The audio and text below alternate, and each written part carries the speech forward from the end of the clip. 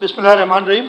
Speaker साहब बहुत शुक्रिया मुझे इस रेजोल्यूशन को रैप अप करने के लिए और बात करने के लिए। सबसे पहले तो मैं क्लियर कर दूं, ये सेशन बुलाने के लिए इसलिए कि आपको पता है कि हमारी टर्म जो है, सबको पता है, अगस्त 13 को ख़त्म होनी है। 13 या 14 या 12 जो भी 5 साल चरणों जैसे भी गिनते हैं, 13 अगस्त चलेगी, जो भी ख़त्म होनी है। आपने 14 का तो थोड़ी देर पहले, इसलिए मैं कंफ्यूज हो गया, इसलिए मैंने कहा अपनी टोपी ओपी पहनी है, मोतबर आदमी है, सीनियर है मेरे से, तो शायद ज़्यादा पता हो, लेकिन होनी है ख़त्म। और हमारे यहाँ कॉन्स्टिट्यूशन में है कि 100 दिन हमें साल के करने होते हैं और हम उस पर काफ़ी पीछे हैं। तो वी सेड कि we have to do the session, और इसी वजह से हमने कहा था इस वीक में सेशन शुरू करेंगे। मंडे लेबर डे था, ऑब्वियसली नहीं शुरू कर सकते थे। ट्यूसडे, नहीं तो नॉर्मली लोग ट्यूसडे सेशन शुरू नहीं करते कि प्राइवेट मेंबर डे है, सरकार मैंने कहा नहीं ट्यूसडे शुरू करो। और उसी दौरान कुछ मेंबर्स मेरे पास आए, उसमें बुरहान चांडियो साहब ने आज ये रेजोल्यूशन मूव की और उन्होंने ये बात की कि ये हमें अपनी असेंबली से एक रेजोल्यूशन पास करनी चाहिए। मैंने कहा जी ले आए, असेंबली का सेंस मैं ले लूँगा और असेंबली फैसला करेगी। जी रेजोल्यूशन है क्या, आप लोगों ने भी पढ़ी, काफ़ी दोस्तों ने पढ़ी, पता नहीं बहुत मेरे दोस्तों ने, कुछ दोस्तों ने बड़ी धुआंधार तकरीरें की, वो धुआं ही निकल रहा था, सिर्फ धुआं। जब जलन होती है तो धुआं निकलता है। अच्छा, अब वो कहते हैं जी हुकूमत ने क्या किया, हुकूमत ने ये नहीं, भाई हुकूमत के तो जिक्र ही नहीं है इसमें पूरी रेजोल्यूशन में। कहता क्या है, पहला पैराग्राफ जिसपे फिर पढ़ के भी सुनाया था, current assembly has performed it's constitutional obligations in a befitting manner and represented the people of Sindh effectively, raising issues of public importance and guiding the government in finding solutions. Assembly की बात कर रहे हैं, yes इस assembly ने अच्छा काम किया। मैं आज गवर्नमेंट की तो आज बात ही नहीं कर रहा ना, वो तो उसका वक्त आएगा, बात करेंगे। जो अच्छा किया, जो बुरा किया, वो भी सबके सामने रखेंगे। इधर भाई गवर्नमेंट की क्या बात थी, आपने काफ़ी दोस्तों ने कर दिया ये कह के, क्या असेंबली ने अपनी कॉन्स्टिट्यूशनल ऑब्लिगेशंस नहीं की हैं? हर साल बजट भी पास किया है, जो भी आइन में लिखा गया है। अच्छा आगे है, effectively raising issues of public importance. क्या अब्दुल रशीद भाई आपने पब्लिक इंपॉर्टेंस के इश्यूज नहीं रेज किए? यहाँ मोहम्मद हुसैन चले गए, रेजोल्यूशन अच्छी नहीं पास की है, मतलब दोनों तरफ से, ट्रेजरी की साइड से भी, ऑपोजिशन की साइड से भी। कुछ हमारे नए मेंबर्स आए जो पाकिस्तान तहरीके इंसाफ के थे, उन्होंने भी अच्छा परफॉर्म किया।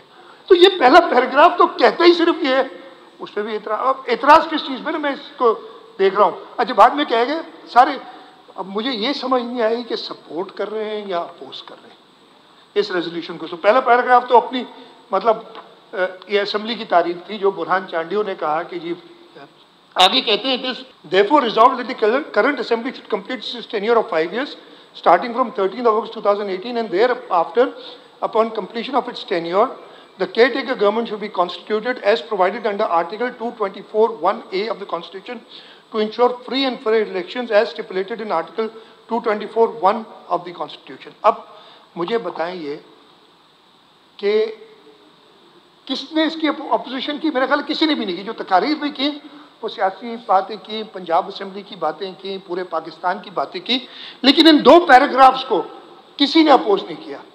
तो मेरा तो ये ख्याल है सबने सपोर्ट कर दिया इस रेजोल्यूशन को। As leader of the house मैं तो दोनों साइड को देख रहा हूँ, मुझे तो यही समझ आ रहा है कि सबने सपोर्ट किया है। अब जो कुछ क्वेश्चंस उठाए उसका जवाब भी दे देता हूँ मैं, यहाँ जो मेरी समझ है मैं बता देता हूँ, आप लोग माने या ना माने। आर्टिकल 107 है जो कहता है कि ये असेंबली जब बनेगी उसका टेन्योर 5 साल का होगा, अनलेस सूनर डिसॉल्व, ये भी उसमें है, लेकिन टेन्योर 5 साल का होगा। आर्टिकल 112 चीफ मिनिस्टर, आप लोगों ने जो है मुझे इलेक्ट किया as leader of the house और मैं चीफ मिनिस्टर हूँ। आर्टिकल 112 कहता है कि जी चीफ मिनिस्टर को पावर है डिसॉल्व कर सके। वो चीफ मिनिस्टर, मैं कई बार मैं आगे इस पे आता हूँ इस चीज़ पे। अच्छा जी, इधर चलिए उसी पे उधर ही से शुरू करता हूँ। चीफ मिनिस्टर होने से ये नहीं है कि रात को मुझे ख्वाब आया या किसी ने मुझे कह दिया तो मैं अगले दिन डिसॉल्व कर दूंगा। ये जो पावर दिया जाता है, again it is not written in the constitution, ठीक है जी, बट इसका मकसद स्पिरिट यही है। ये थोड़ी कि आज मुझे मूड नहीं हो रहा दफ्तर जाने का, कहते तो यार आज मैंने छुट्टी करनी, चलो असेंबली डिसॉल्व कर देता हूँ, ऐसे नहीं होता है। किसी के कहने पे नहीं होता है। अच्छा, इसकी जरूरत क्यों पेश आई? बहुत दोस्तों ने ये कहा, बुरहान से मैंने पूछा यार क्यों आप करना चाहते हैं, कि मेरे पास आए थे कि हम करना चाहते हैं। जवाब देता हूँ, जिस तरीके की उसकी जस्टिफिकेशन थी वो भी बताता हूँ कि क्यों पेश आई इसकी।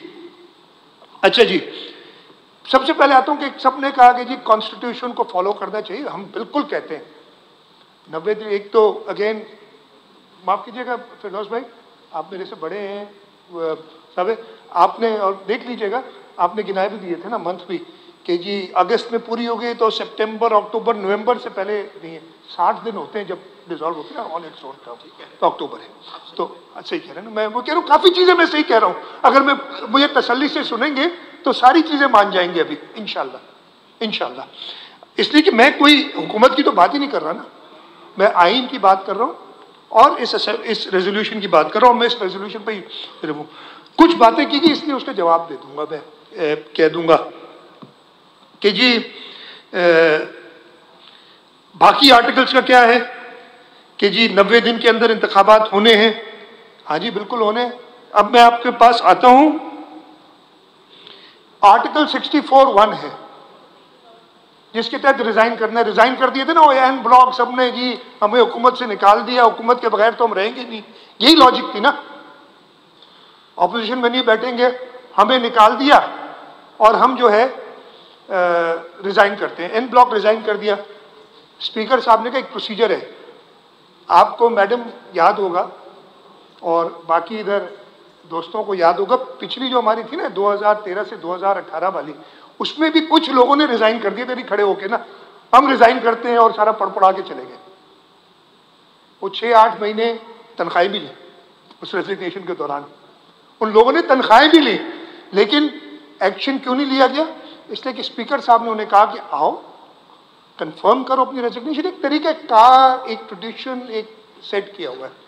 इसी तरीके से राजा परवेज अफसर साहब ने उन सबको बुलाया कि हम नहीं आएंगे, हम सब साथ आएंगे। अब वो साथ आके, ये मेंबर की सीट होती है, पार्टी बिल्कुल है, लेकिन अगर आपके अपने मेंबर्स पे भरोसा नहीं है कि अकेले जाके वो स्पीकर को कुछ और कहेंगे नहीं, हम सब साथ ले जाएंगे, किसी को अकेले नहीं जाने देंगे।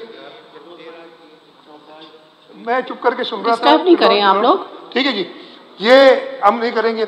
अच्छा, जिस दिन वो एक्सेप्ट कर ली, अच्छा कुछ रेजिग्नेशन एक्सेप्ट हुई, उस पर इलेक्शंस भी हुए, आपको याद होगा, और आपके लीडर 4-5 सीटों से खड़े हुए सर, भाई 4-5 7-8 25 सीटों से खड़े हुए, खुश हो जाओ, जो भी खड़े हुए, मलिर से हार गए, बाकी जगह जीत गए, जो फैक्ट है ना। अच्छा, ये क्या कहता है जी कॉन्स्टिट्यूशन? आप कहते हैं कॉन्स्टिट्यूशन पे अमल होना चाहिए। कॉन्स्टिट्यूशन कहता है कि अगर ये आर्टिकल 223 का सब आर्टिकल 4 है कि अगर कोई सीट वेकेंट हो जाती है, और वेकेंट का वो कहता है तो उसके 60 दिन में इलेक्शन होने। और वेकेंट कैसे हो जाती है? अगर आप एक से ज्यादा, आप मैं मेंबर हूं, उसमें स्पीकर की जरूरत नहीं थी किसी ऑर्डर की, अगर मैं मेंबर हूं और मैं एक और इलेक्शन लड़ता हूं, कोई वेकेंट सीट आती है और मैं जीत जाता हूं, तो मेरी पहली सीट खाली हो जाएगी। तो इतनी सारी सीटें खाली हुई, इलेक्शन हुआ, आपने तो कोई लॉन्ग मार्च नहीं किया कि इलेक्शन कराओ।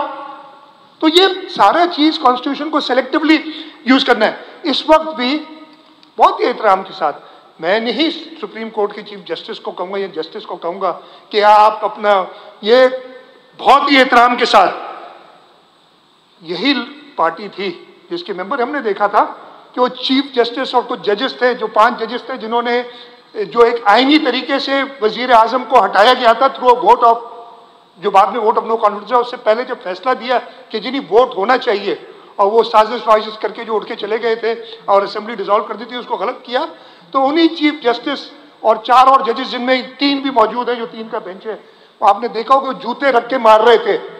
ये हम नहीं थे, ये पीपल्स पार्टी नहीं थी जिन्होंने इस तरीके से जजेस का वो किया, जूते मार रहे थे जजेस की तस्वीरों को, आप सबने वो देखा होगा और आपको याद होगा। तो ये बता दूं। अच्छा जी, 90 दिन कॉन्स्टिट्यूशन में बिल्कुल है, और हम अगेन ये जो रेजोल्यूशन है, ये सिंध असेंबली है, ये पंजाब असेंबली नहीं है, ये पंजाब असेंबली नहीं है। सिंध असेंबली के बारे में करारदाद दे रही है। आप लोग जो है उस पर अपनी असेंबली को छोड़ के, अपने काम को छोड़ के, इधर से पता चलता है बहुत ही एहतराम के साथ कि नहीं, इंटेंशन कोई और है कि आप क्यों उसको ला रहे। अच्छा जी, दो तीन चीजें और भी मैं कह देता हूँ, बता देता हूँ। आरिफ जतोई साहब ने, अच्छा मुझे समझ नहीं, आरिफ साहब आप पता नहीं सपोर्ट कर रहे थे या अपोज कर रहे थे, आई कुडंट अंडरस्टैंड। शहरियार ने बता दिया हम सपोर्ट कर रहे हैं, लेकिन जरूरत क्यों पेश आई, और वो भी अभी बता, उसका जवाब देता हूँ मैं, जरूरत क्यों पेश आई। जतोई साहब ने कहा कि जी 62 में इतने दिन बाद हुई, 65 में इतने दिन बाद हुई, 70 में इतने दिन बाद हुई, सोना अब टिल 97 शायद इलेक्शंस 2 अलग दिन पे होते थे। लेकिन ये तो सबने मिलके कहा कि नहीं, एक दिन पे इलेक्शन कराओ, इसलिए कि बड़े बड़े, आपको 1988 याद होगा, 1988 में शहीद मोहतरमा बेनज़ीर भुट्टो इस मुल्क में वापस जब आई थी 85 में, 86 में, और उसके बाद उन्होंने कैंपेन की और पूरे पाकिस्तान ने, पाकिस्तान पीपल्स पार्टी को, शहीद मोहतरमा बेनज़ीर भुट्टो को जो कहते हैं सैलाब एक आया था, वोट दिया। और उसके 3 दिन बाद पंजाब असेंबली के कायम अली शाह साहब बैठे, सीनियर है, से बहुत इलेक्शंस हुए तो क्या नारे लगे थे, फिर वो नफरत के नारे शुरू हो जाते हैं, सबको याद होगा ये। हम यही चाह रहे हैं कि वो नफरत के नारे नहीं चाहिए हमें एक वक्त में इलेक्शन के, इसलिए डिमांड ही समझते हमारी पार्टी की, इसीलिए कि हमने ये देखा है, जाग पंजाब जाग, पता नहीं, मैं नहीं अब वो नारे लगाना चाहता। ये क्या चाहते हैं कि वो इलेक्शंस करा के फिर वो पूरे लोग उसको फॉलो करें, वो नारे लगे। इस वजह से बाद में कहा गया कि नहीं, इलेक्शन एक वक्त पे होने चाहिए। ये रीजन है कि जो बाद में जतोई साहब, don't go into the 60s and 70s, talk about 2023, you yourself have been elected for the first time I think in 2002 and the elections were held on the same date and आप उसके बाद हुकूमत में भी आए थे, वजीर भी बने थे। अच्छा, हमें, मुझे क्या जरूरत है जी, मैं तो ये चौथी टर्म कर रहा हूँ और अल्लाह ताला का शुक्र है चारों जी, चौथी टर्म भी, पहली 3 टर्म्स पूरे 5 साल असेंबली चली है, एक स्टेबिलिटी आई है, ये इंस्टेबिलिटी अभी क्रिएट की गई। अच्छा, जरूरत क्यों पेश आई, इसका भी थोड़ा सा मैं जवाब देता हूँ। मैंने कहा ना कि ये किसी आदमी का अपना वो नहीं होना चाहिए, आज जो ख्वाब में आया मुझे काम नहीं करना है, मैंने असेंबली डिसॉल्व कर दी, मुझे फलाने ने कह दिया मैंने असेंबली डिसॉल्व कर दी। जबकि chief minister Punjab, erstwhile chief minister Punjab Chaudhry Pervez Elahi साहब रिकॉर्ड पे हैं कि उन्होंने कहा कि 99% पंजाब असेंबली के लोग असेंबली डिसॉल्व नहीं करना चाहते थे, बट एक शख्स ने कहा मैंने डिसॉल्व कर दी। उन्होंने कहा बड़ी ओपनली, उनकी मर्जी है। हाँ, अच्छा, अब पता चला कि उस शख्स की भी अपना फैसला नहीं था, उसको किसी और ने कहा था। अब पता नहीं घूम के क्या ये बिलावल हाउस में कहा था, अब ये जो कहा है ना, आज पहली बार सुना कि शायद बिलावल हाउस से क्या हो गया, असेंबली तोड़ दो। वो भाई, खैर मैं नहीं बात करता उनकी अपनी जहन की पुख्तगी पे कि वो कितनी ये कैसे डिसीजंस लेते हैं। तो उस वक्त ये कहा गया, असेंबली तोड़ने से 2 हफ्ते पहले चौधरी परवेज इलाही साहब की स्टेटमेंट जो मैंने खुद सुनी थी और मैंने भी चेक भी कर ली अखबार में कि ये असेंबलियां कंटिन्यू करेंगी, तोड़ना वोड़ना कोई नहीं है।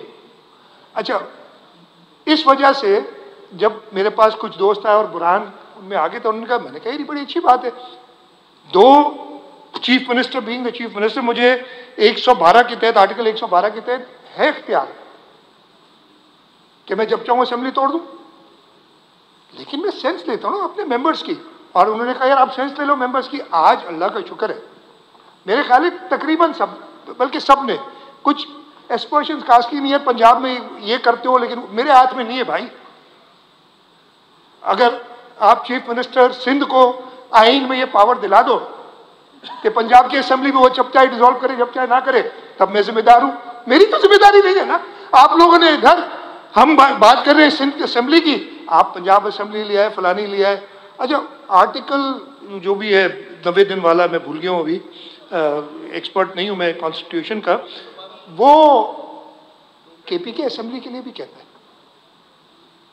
ठीक है जी, उधर कोई शोर हंगामा कुछ नहीं है, आप कहते करा दें। अच्छा, अभी आप कह रहे हैं कि जरूरत क्यों पेश आई, भाई जो हमारे मेंबर्स थे उन्होंने कहा ना, ये कहा कि जी डायलॉग जो आज होना है 9 बजे होना है, पता नहीं 8 बजे होना है, वो कर रही है जमातें आपस में, वो जो डायलॉग आज होना है उसको करने के लिए कहा। वो डायलॉग तो पहले ही खराब कर दिए, कहते हैं जी 14 मई को से पहले डिसॉल्व करेंगे तो बात नहीं करनी। मतलब कहते हैं कि 14 मई से पहले असेंबली डिसॉल्व करो, नहीं तो बात नहीं करनी। तो इसीलिए सारे मेंबर्स ने कहा भाई, ये जो हमारे मेंबर्स थे और आप सब ने उसका साथ दिया है कि किसी और के चक्कर में आप ऐसे असेंबली नहीं डिसॉल्व कर देना। मैंने कहा नहीं भाई, आप, मैं हाउस का सेंस ले लेता हूँ, और हाउस का सेंस हमने अभी लिया है। अच्छा, रेजोल्यूशन कहा कि और क्यों नहीं रेजोल्यूशन लाते हो, पंजाब की रेजोल्यूशन इधर कैसे लाएंगे यार, मुझे बता तो दो, ये बता तो दो भाई। पंजाब असेंबली के वो है कॉन्स्टिट्यूशन, यस, ये constitution, we are the only party already बात की थी कि पहले मुझे बड़ी हैरत हुई, मतलब थोड़ी सी अफसोस भी हुआ कि वो सारे एक्शंस, चाहे वो जियाउल हक के हो जिसने असेंबली तोड़ दी थी, चाहे वो परवेज मुशर्रफ के हो जिसने असेंबली तोड़ दी थी, उसको इक्वेट कर रहे हैं कि वो भी तो पहले खत्म हो गई थी, तो ऐसी क्या बात है, आप उसको जस्टिफाई कर रहे हैं। ये कॉन्स्टिट्यूशन तब हमने कभी भी नहीं माना था। हमारे कारकुनान ने कोड़े खाए, जेलें खाई, हमारी लीडरशिप ने शहादतें दी इस कॉन्स्टिट्यूशन के लिए, इसको अपहोल्ड करने के लिए। अब आप सेलेक्टिव सिर्फ पंजाब असेंबली के लिए आपको कॉन्स्टिट्यूशन याद आ रही है, आपकी जो अपनी बाकी चीजें उन पे कॉन्स्टिट्यूशन याद नहीं आ रही कि 60 दिन में इलेक्शन होने चाहिए थे, जितने सारे। इधर हालत ये है कि जब एक बार, अब इसीलिए तो कह रहा हूँ कि समझ नहीं आती कि, और पिछली बार भी हमने देख लिया, तो पहले ही समझ आ गई थी। 2013 से 18 बताया कि 4 लोगों ने रिजाइन किया, तनख्वाहें लेते रहे और 5-6 महीने बाद वापस आके बैठ गए। इस वक्त भी रिजाइन किया, स्पीकर साहब ने कहा भाई एक एक करके आओ, नहीं आए। फिर जब स्पीकर साहब ने करनी शुरू की तो कहते कोर्ट चले गए जी, हमने रिजाइन किया ही नहीं। अब इन पे यकीन कैसे करें भाई। अभी भी मेरी इंफॉर्मेशन मेरे पास पूरी नहीं, लेकिन मैंने मीडिया पे सुना, मैंने अभी अपने लॉ एडवाइजर से कहा था जरा कंफर्म कर दें, मुझे जल्दी में हुआ नहीं। अभी भी मैंने सुना है कि पंजाब असेंबली के स्पीकर और खैबर पख्तूनख्वा के स्पीकर ने कोर्ट में दरखास्त दी कि हमारी असेंबली रिवाइव करो। मतलब यार कुछ सोचो तो, 90 दिन में इलेक्शन कराओ, नहीं असेंबली रिवाइव करो, सोच लो करना क्या। अच्छा गलत है, मैंने कहा मुझे कंफर्म नहीं है मेरे भाई, सुन लिया करो ना, आप लोगों ने पता नहीं क्या कर, आप लोगों ने अपनी स्पीच कर ली, अब ठीक है जी, बैठे बैठे अच्छा, बात करें। मैंने खुद मीडिया पे सुना है कि उन्होंने कहा है कि सप्तान खान जो स्पीकर परवेज इलाही ने, ये मैंने ये खुद सुना है, किया कि नहीं किया मुझे नहीं पता, लेकिन परवेज आप कैसे इस तरह से क्रॉस टॉक कर रहे हैं, किस तरह से आप सुन नहीं रहे, आप इस तरह से नहीं सिटिंग डाउन। अब वो तो है ना, 5 सालों में आप नहीं सीख सकी। अच्छा, पीटीआई, मुझे समझ नहीं आ रही, पीटीआई का सदर, पीटीआई ने जिसको चीफ मिनिस्टर बनाया, वो मैंने खुद सुना कि उन्होंने कहा सप्तान खान फाइल कर रहे हैं या कर ली है, मुझे नहीं याद, कि फाइल करने का होगा शायद, कर रहे हैं, अब कह रहे हैं ये गलत है।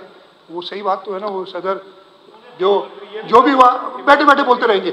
अब जिन्होंने ये, अच्छा, और ये जो है वही परवेज इलाही, उनके यहाँ बहुत अफसोस है जो उनको अरेस्ट करने के लिए कहा गया, तो जो भी है एक बंदा पीटीआई का नहीं आया, अब करना क्या चाहे।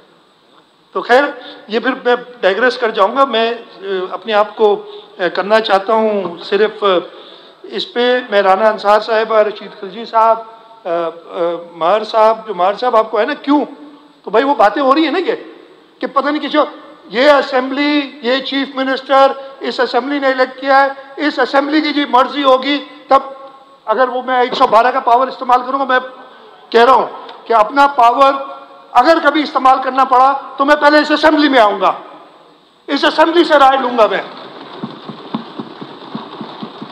और उसके बाद इसीलिए जरूरत पड़ी कि लोगों ने कहा, आपने कहा ना, मैं ये कह रहा हूं, कमिट कर रहा हूं आपको, वो तो 112 में पावर है ना यार, मुझे सुबह मैं चाह रहा हूं कि कोई एक मेंबर पसंद नहीं, इसको यार खत्म करनी, इसकी नौकरी मैंने खत्म करनी, मैं तो 4 बार इलेक्ट हो गया हूँ और 5-5 साल पूरे किए, लेकिन कोई जो नए आए थे इनको यार पहले जल्दी घर भेज दो, इनको डिसॉल्व, ऐसा नहीं होगा। मैं अपना पावर है तभी इस्तेमाल करूँगा जब हम जुडिशरी की बातें की, मैं अगेन जुडिशरी पे नहीं बोलूँगा, वो तो डायरेक्शंस दे रहे थे जुडिशरी को बैठे हुए, अगेन जुडिशरी को डायरेक्शंस दे रहे थे, डरा रहे थे, कौम तुम्हें माफ नहीं करेगी। मैं समझ नहीं आई यार, चले गए, कौम तुम्हें माफ नहीं करेगी। आई होप चीफ जस्टिस साहब ने सुनाओ कि कह रहे हो सुधर जाओ नहीं तो जूते पड़ेंगे वैसे ही।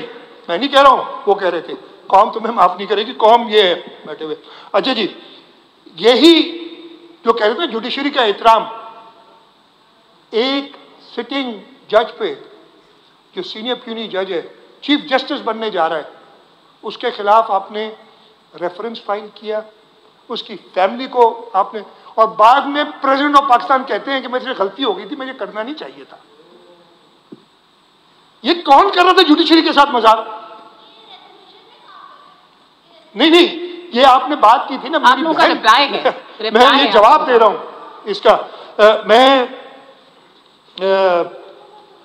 जो है, अच्छा एक दूसरी चीज, एक दो मेंबर्स ने कहा एक दिन का सेशन, ये तो हमने पहले से ही कहा हुआ था कि सेशन करना है। आज सेशन है, इसके बाद फ्राइडे को दोबारा सेशन है और अगले हफ्ते सेशन चलेगा।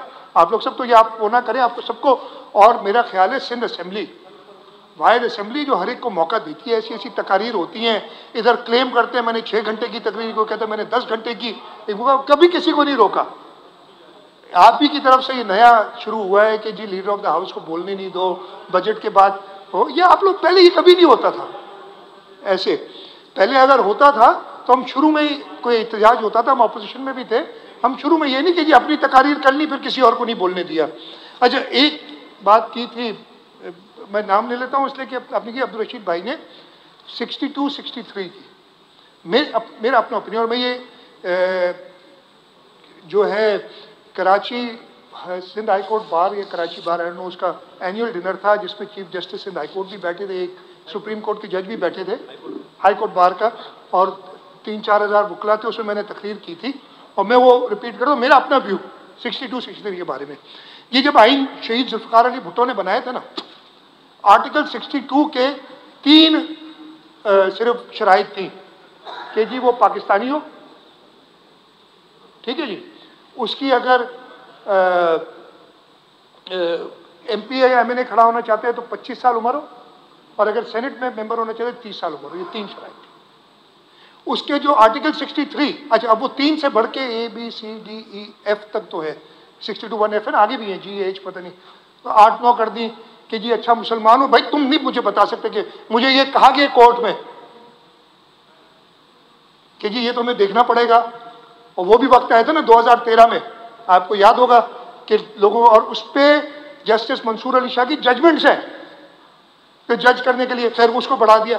जो आर्टिकल 63 था उसमें भी 3 या 4 शिकें थी, उसमें ये थी कि जी आप इंसॉल्वेंट ना हो, आपके दिमागी हालत सही हो, जो डिस्क्वालिफिकेशंस थी, और आप ड्यूल नेशनल ना हो, ये भी थी बिल्कुल शर्त। उसमें पता नहीं क्या किया जी, आपने कर्जा नहीं लिया है, अभी हो ये रहा था।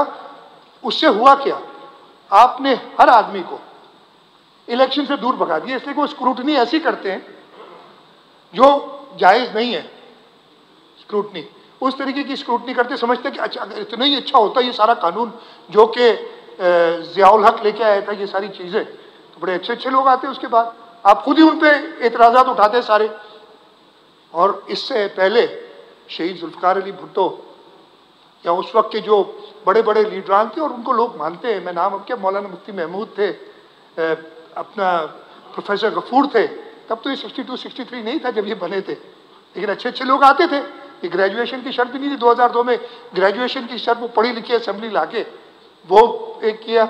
लोगों को जज लोगों को होना चाहिए, यस बेसिक क्वालिफिकेशन, आप ज़रूर किसी नॉन पाकिस्तानी को इलेक्शन नहीं लड़ना चाहते, एक एज लिमिट दे देते हैं, जो बेसिक रिक्वायरमेंट्स, बाकी उसका कैरेक्टर जज करना है। आई डोंट, मेरा अपना व्यू है कि ये गलत है, और ये सिर्फ सियासतदानों को और इन इदारों को कमज़ोर करने के लिए किया गया इतने सालों में। और हमें जो 18वीं तरमीम थी, इससे मेरा ख्याल था कि हमें इनसे, लेकिन उस वक्त जो भी वजूहात थी ये नहीं हो सका, तो टू कट इट शॉर्ट, बाकी तो सारी बातें हो गई। 62 महर साहब का भी आया था, और मैं ज़्यादा सियासी बात नहीं करूँगा, इन्होंने की थी, खामखा एक बदमज़गी होती है ये एक असेंबली की तरफ से। और मेरा ये ख्याल है कि जो मैंने दोबारा रेजोल्यूशन पढ़ के दी है, रेजोल्यूशन के पहले पैराग्राफ में है कि इस असेंबली ने अच्छा काम किया है, इसके मेंबरान ने अच्छा काम किया है। हुकूमत के लिए कुछ नहीं है, हुकूमत के बाद में डिस्कस कर लेंगे जब चाहे, आज वो कर लेंगे ना उसको डिस्कस, ये उसके बारे में है नहीं ऐसे, ठीक है। और दूसरा ये कि इस हाउस ने चीफ मिनिस्टर को कहा है कि जी आप अपना इख्तियार इस्तेमाल दो। अगेन रेजोल्यूशन इख्तियार तो मैं ये कमिट कर रहा हूँ कि मैं ये कब इस्तेमाल करूंगा, जब मैं वापस इस असेंबली में आऊँगा, इस असेंबली का व्यू लूँगा। अगर कोई नेशनल इंटरेस्ट में समझते हैं कि जल्दी डिसॉल्व करनी तब करेंगे, otherwise it will complete this term which is the 13th August 2023। तो इन दोनों में एतराज मेरा ख्याल है, बाकी तो और तकरीरें हुई ना, मेरा काम पसंद नहीं आया, अच्छी आपका व्यू है जी, मैं इस पर कोई एतराज नहीं है। ज़्यादा ज़ोर से चीख के बोलने से सच नहीं हो जाता। यही अभी इलेक्शंस हुए, सबने देख लिया, इस पूरे सूबे के लोगों ने लोकल गवर्नमेंट के इलेक्शंस में बता दिया। इंशाल्लाह ताला 2023 अक्टूबर में जो इलेक्शन होंगे उसमें पूरे सूबे में, बल्कि पूरे मुल्क में, और ये जो बात कर रहे थे ना, आप भी इधर हम भी इधर, इंशाल्लाह ताला चेयरमैन बिलावल भुट्टो जरदारी इस मुल्क के वजीर आजम बनेंगे, चाहे जितना। अच्छा इनको हंसी आ रही है ना, ये बहुत हंसा करते थे, ये हंसते हंसते इन्होंने अपनी असेंबली खत्म किया रो रहे। तो इंशाल्लाह ताला चेयरमैन बिलावल भुट्टो जरदारी साहब इस मुल्क के वजीर आजम बनेंगे और पूरा पाकिस्तान उन्हें वोट देगा, इसलिए कि इनके दिन अब पूरे हो चुके हैं।